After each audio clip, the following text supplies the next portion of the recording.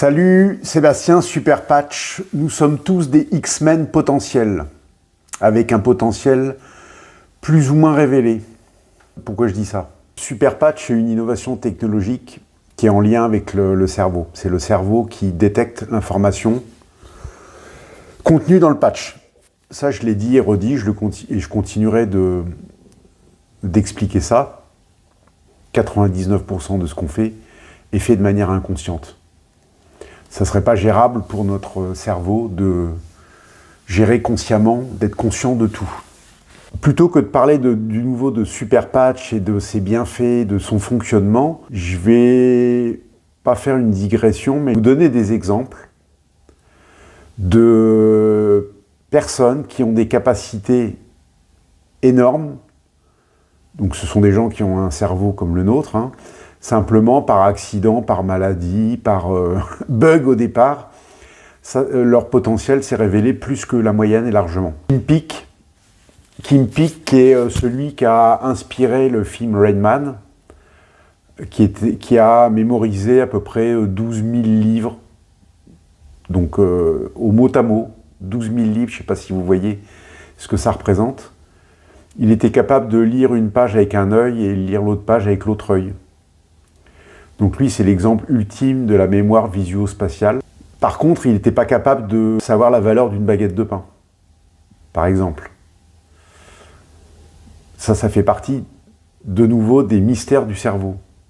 Une phénoménale capacité dans un domaine et un extraordinaire déficit dans un autre domaine. Daniel Tammet, mémoire synesthésique absolue, qui a récité 22 514 décimales du nombre pi en plus de 5 heures. Vous imaginez 22 514 décimales de tête. C'est pas croyable, vraiment. Rüdiger Gamm, le calculateur humain, un Allemand, qui était capable de faire des calculs plus vite que n'importe quelle machine, 87 puissance 15. Ça donne un chiffre, il y a 29 zéros derrière. Pour donner un exemple, le milliard, c'est 9 zéros. De tête, en quelques secondes. Il n'y a pas de calcul, c'est l'information qui est révélée. Ça, c'est produit par le cerveau quand même. Ou par quelque chose qui est d'une telle puissance, mais qui passe quand même par le cerveau. Stephen Wiltshire, il y a eu des reportages sur lui également, mémoire eidétique. Il survole une ville, New York, Rome. Un passage, 30 minutes de vol. Il atterrit et il fait une fresque en 3 dimensions, en plus, s'il vous plaît, où il reproduit ce qu'il a vu en un survol, au détail près, à la fenêtre près, à l'arcade près, à la rue près, au mot près. C'est pas imaginable. Ce qui est intéressant aussi, c'est de voir ceux qui font du Rubik's Cube, parce que ça fait appel à des ressources cognitives qui sont multiples et qui doivent être très puissantes. Je vais vous montrer un exemple très court en accéléré, de deux champions du Rubik's Cube. Mémoire spatiale, mémoire procédurale, mémoire visuelle, mémoire algorithmique. Enfin bon, pour pouvoir faire ce qu'ils font, il faut avoir tous ces talents-là et de manière très forte.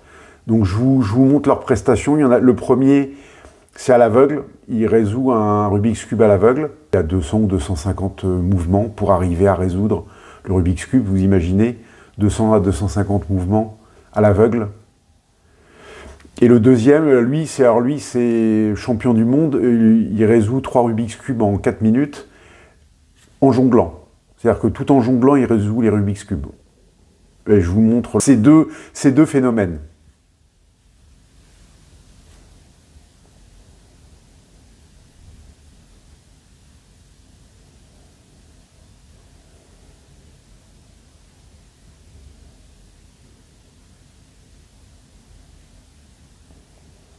On voit bien que là, entre ceux que j'ai cités, leurs capacités, ceux qu'on vient de voir là, tout ça c'est produit par le cerveau humain, et juste par le cerveau humain.